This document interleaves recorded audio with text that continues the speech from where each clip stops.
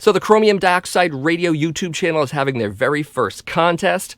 And what that means for you is that I'll be showing you and chatting about 5 sleazy metal album covers for my vinyl collection. We'll also talk about a couple other fun things afterwards. It's going to get a little naughty, I'll warn you. But you know what that means? You should stick around. Just because.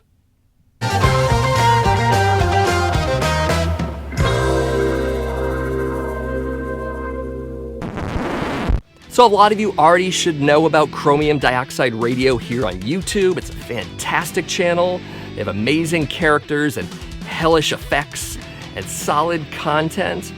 I kind of picture it as kind of high-end meets lowbrow. So basically that means you should already be watching them. So naturally, when the gang decided to have their very first contest, I knew I was going to be on board right away. Especially since we're going to be showing sleazy album covers. You know, the best kind. I should also offer up the warning that there will be illustrated nudity on some of these album covers, so if that's not your thing, you should probably stop torturing yourself by watching this video further. As for the rest of us heathens, let's get on with my 5 sleaziest album covers. Yeah. Starting things off with Bitch, this is the debut LP from 1983 called Be My Slave, starring the one and only Betsy Bitch. I'm thinking they hit every single S&M shop in Hollywood to get these props. Love this cover for a number of reasons. I love the fact that she is completely out of focus. That's amazing. That's definitely an early record label release kind of thing. I love the hand-drawn logo. Fantastic. This is Metal Blade Records. This is early Metal Blade Records. Obviously, 1983. They formed a year earlier. They did a couple of the Metal Massacre comps.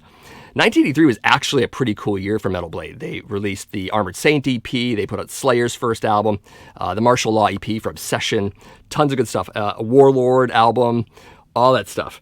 I really love this guy right here. He looks like he's totally loaded for bear. He also looks a little sexually frustrated, maybe because of her. Great cover. Again, Metal Blade Records, the original tan labels with the bloody axe.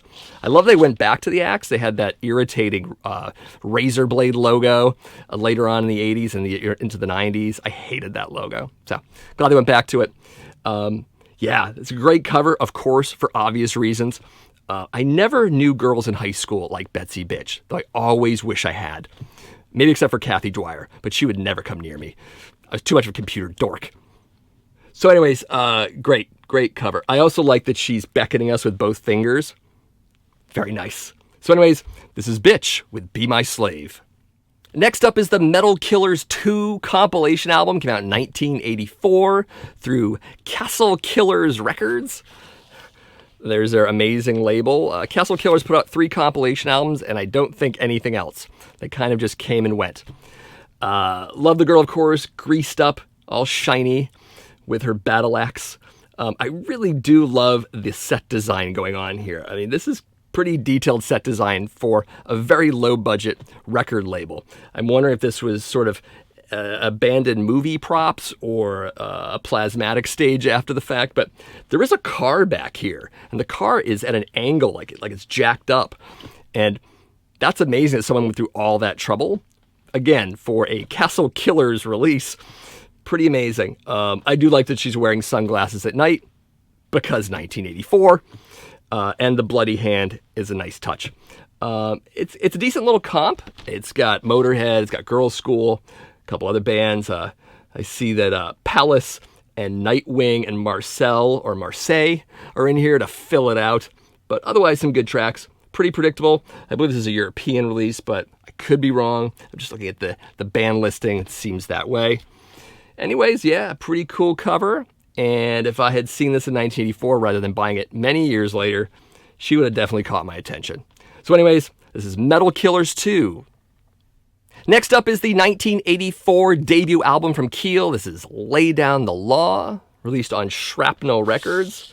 They're amazing silver on black labels. I know they also had black on silver and they had black on green. Can't remember the story behind that. I know those were in some sort of order. If you know, you want to geek out in the comments, have at it. I'd like to tell myself that I bought this album on the strength of their second album, The Right to Rock, which I bought first.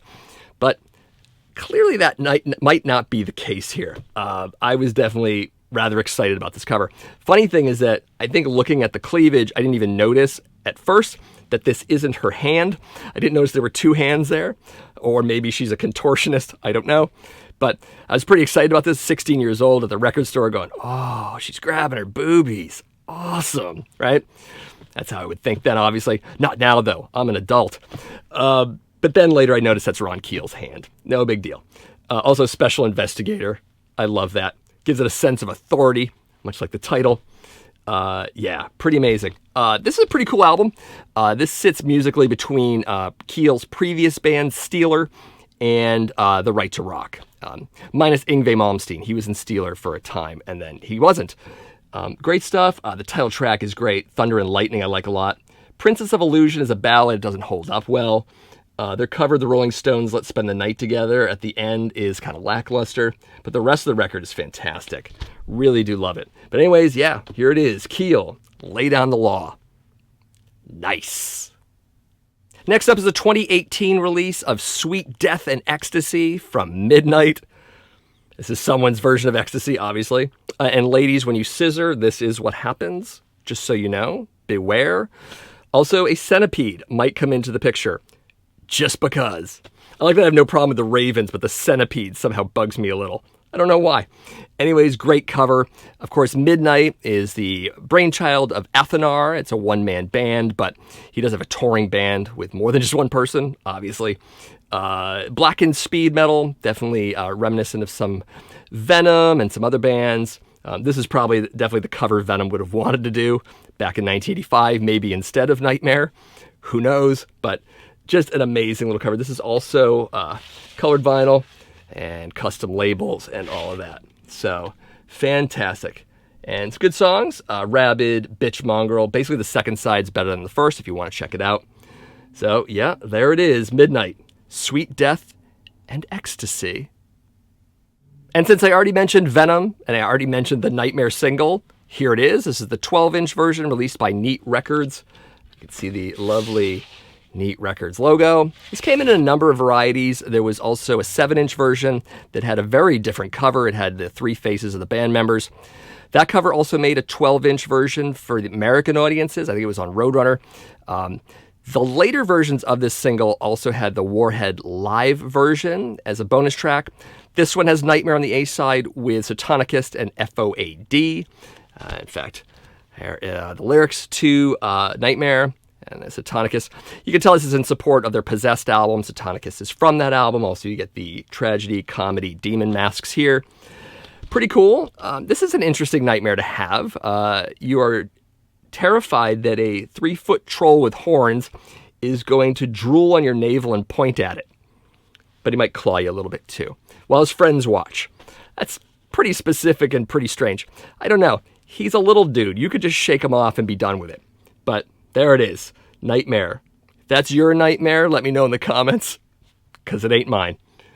Fantastic little single. I love Venom singles from this era.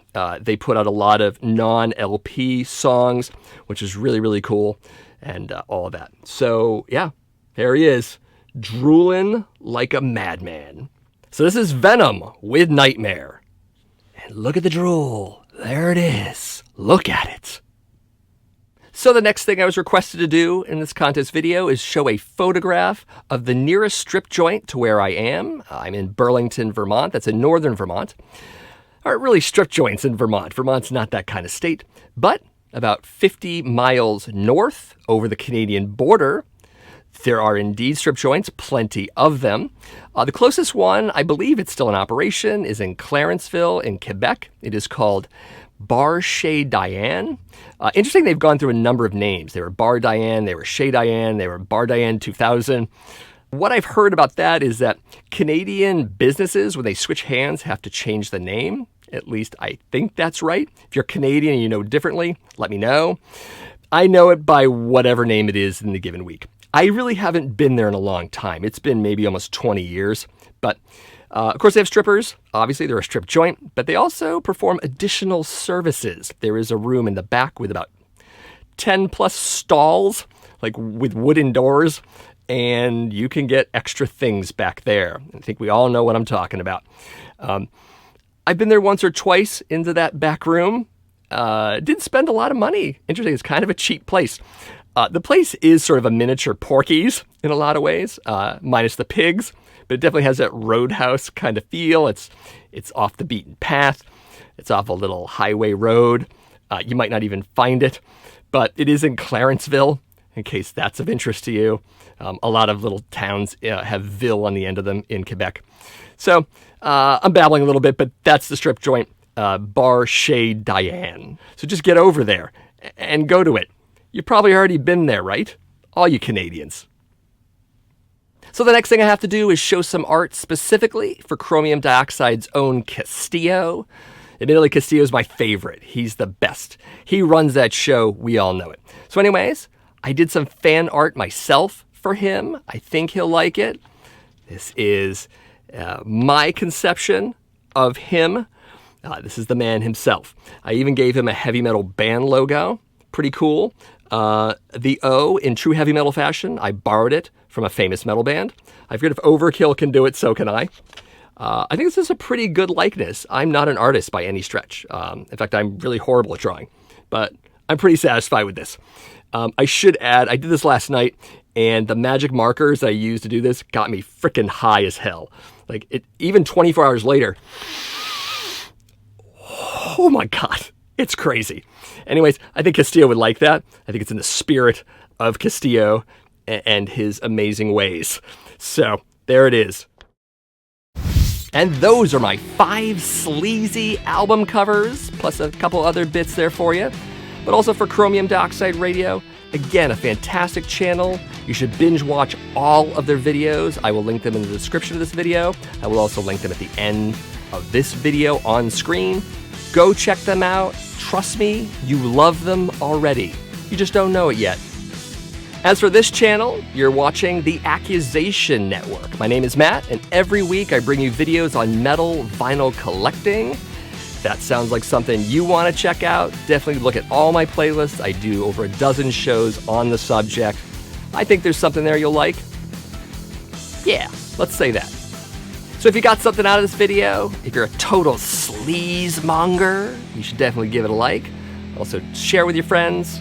And you know what? Maybe subscribe to this channel too. I like the subs. It's a cool thing. And of course, thanks for watching, and I'll see you in the next video.